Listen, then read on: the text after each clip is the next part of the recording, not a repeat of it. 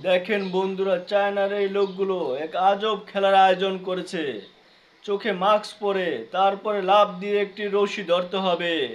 নিচে অবশ্য গর্ত করা আছে যাতে তারা ব্যথা না পায় কাদামাটি দিয়ে।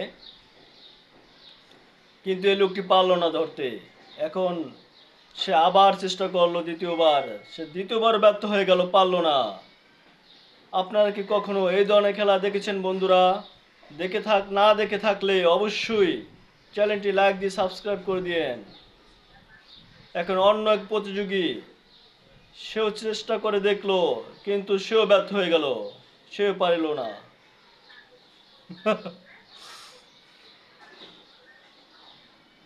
এখন দেখা যাক অন্য কোনো প্রতিযোগী আছে কিনা। আছে একজন, দেখতে পাচ্ছি আমরা, সেও লাফ দিল, কিন্তু সেও ব্যর্থ হয়ে গেল। সে পারল না রশিটি ধরতে।